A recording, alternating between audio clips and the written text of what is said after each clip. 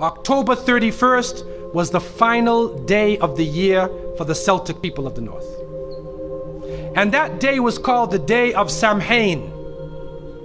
And this individual, wal-iyadhu billah, was supposed to be their god of the spirits of the dead, of evil again.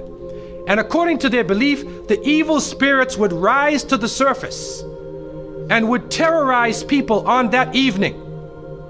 And on that evening, if you did something wrong to a person, they'd come back to get you on that night. So some people would put on a disguise, so you couldn't recognize them on October 31st on that evening, and then they would be safe. Also, they would burn fires.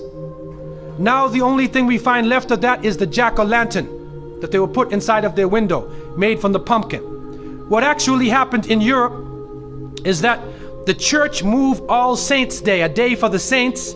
They moved it from May 13th to November 1st in 1834 AD.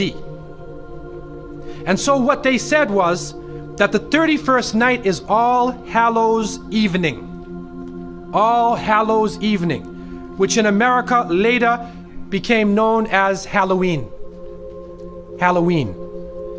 And they depict the forces of evil. What is happening now is that the children put on disguises.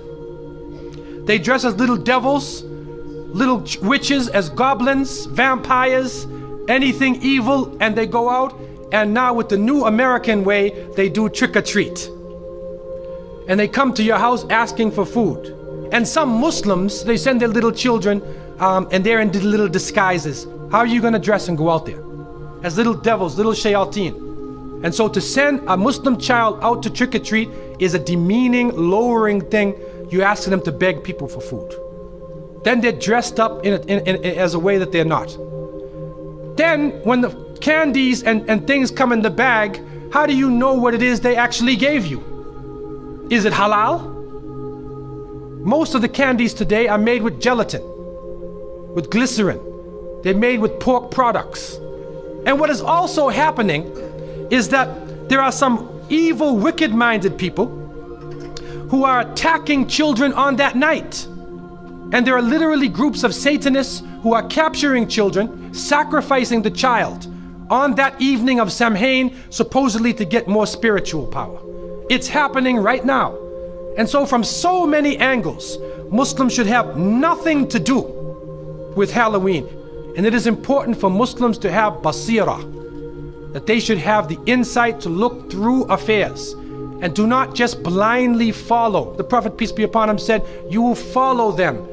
You will follow the people who came before you inch by inch, foot by foot. Even if they crawl into the hole of a lizard, you crawl inside there with them. And then they said, who are these people? Are they the Christians and the Jews? And the Prophet, peace be upon him, said, who else? And so it has come to pass. And you can't Islamicize these occasions. You can't use Arabic names and Islamic symbols to make it halal. And secondly, it is important for Muslims to cherish their own holidays. When the Eid al-Fitr comes, take the day off.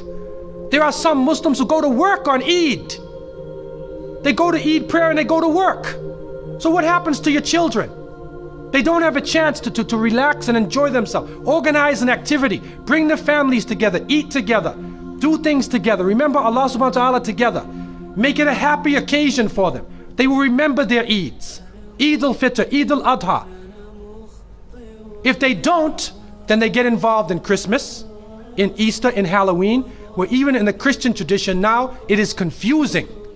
And many of the Christians now, Seventh-day Adventists, Jehovah's Witnesses, and many people are taking a stand. And they're saying we do not want to follow the pagan religion.